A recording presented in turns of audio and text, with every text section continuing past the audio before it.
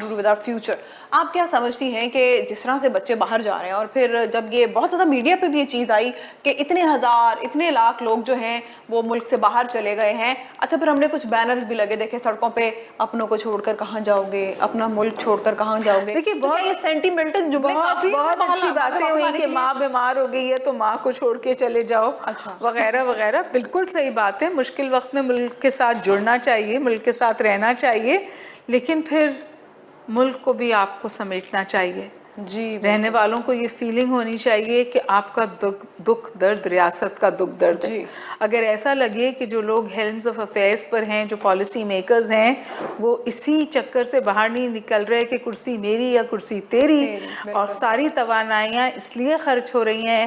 حصول طاقت جو ہے وہ واحد آبجیکٹو ہے، اور قوم کی بقا یا مستقبل اہمیت ہی نہیں رکھتا، بلکہ بعض دفعہ تو ایسا لگتا ہے کہ شاید ریاست کا نقصان کرنا بھی کوئی بڑی بات نہیں ہے اگر اپنا ذاتی مفاد سرو ہوتا ہے.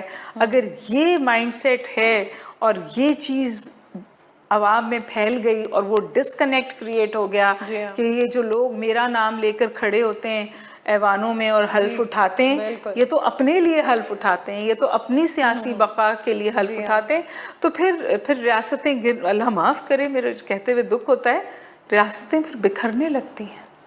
بہت شکریہ ڈاکٹر صاحبہ، very useful conversation with you. اور آپ ماشاءاللہ نہ صرف کہ آپ ٹیچر ہیں بلکہ ہمارے لیے تو آپ استادوں کے استاد ہیں، اور آپ نے جس طرح سے ایک انالیسس دیا ہے، اور میں نے آپ سے ڈفرینٹ ملٹیپل کویشچنس کیے، ہم نے مختلف چیزوں پہ بات کی، تو آپ نے بہت اچھے سے گائیڈ بھی کیا، بہت اچھے سے آپ نے ان کے یوزفل فروٹفل جواب دیا مست سے.